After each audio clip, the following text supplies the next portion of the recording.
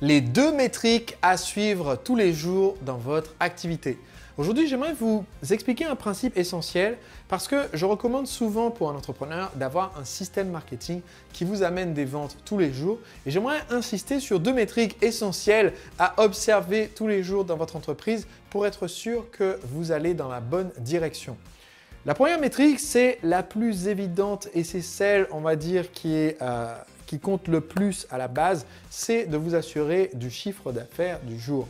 Si tous les jours, vous jetez juste un œil aux ventes qui sont rentrées depuis la veille, ça vous permet d'être sûr que l'entreprise est dans le bon cap.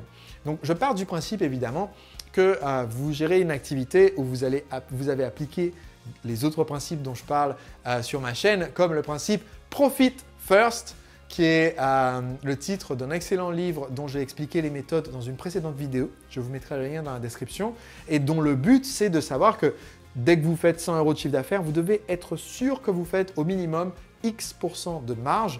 Comme ça, maintenant, vous pouvez juste vous concentrer sur observer l'entrée du chiffre d'affaires en sachant que vous êtes bénéficiaire quoi qu'il arrive. Ce qui n'est pas le cas de la plupart des entreprises. Donc, si aujourd'hui, vous n'avez pas encore cette approche Profit First en place, avant même d'observer les 2 métriques dont je parle maintenant, vous devriez retourner voir cette vidéo et appliquer ce principe. Maintenant, une fois que vous l'avez en place, vous pouvez observer tous les jours où en est le chiffre d'affaires. Ça vous permet d'être sûr que vous atteignez vos objectifs, d'être sûr que votre entreprise reste au-dessus de sa ligne de flottaison pour sa rentabilité et d'être sûr que tout va bien pour le mieux dans le meilleur des mondes. C'est la règle quand on veut être entrepreneur libre et que l'activité se gère d'elle-même, il faut qu'elle génère suffisamment de chiffres.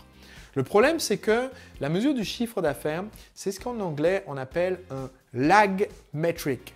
Alors, ça veut dire quoi un lag metric? Ça veut dire c'est une mesure en retard. Je ne peux mesurer le chiffre d'affaires que j'ai fait qu'après coup.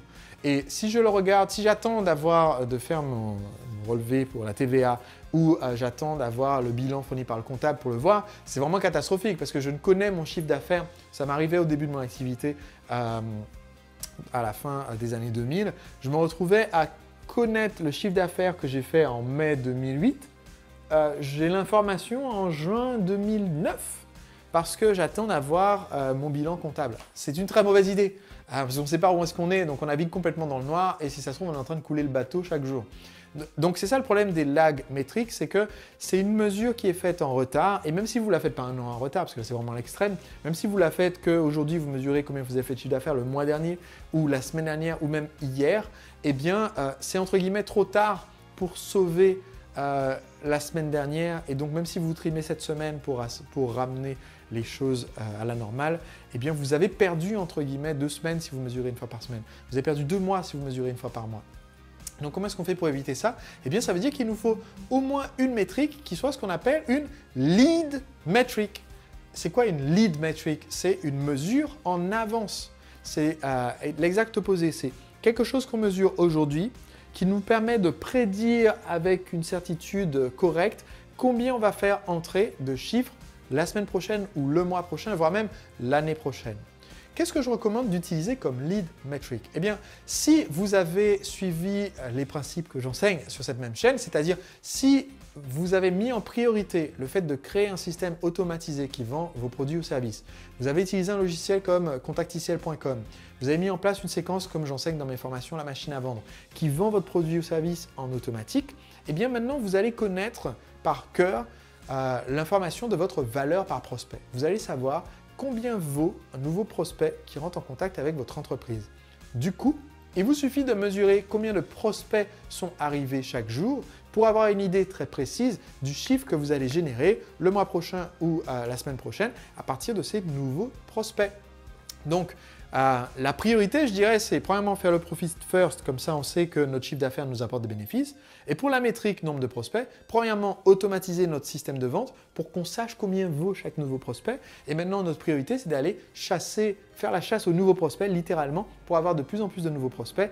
Et c'est une mesure qui nous permet de corriger à l'avance les trous de chiffre d'affaires. Si je sais que j'ai fait 0 prospect hier, je sais que peut-être qu'hier, j'ai fait plusieurs ventes sur d'anciens prospects, mais pas de nouveaux prospects entrés dans la boutique ou dans mon système, eh bien je devrais m'inquiéter tout de suite pour le mois prochain parce que les prospects d'aujourd'hui sont mon pain quotidien du mois qui vient. Donc ça veut dire qu'il faut que je bosse maintenant pour récupérer des prospects demain, pour rattraper avant que ça devienne un problème.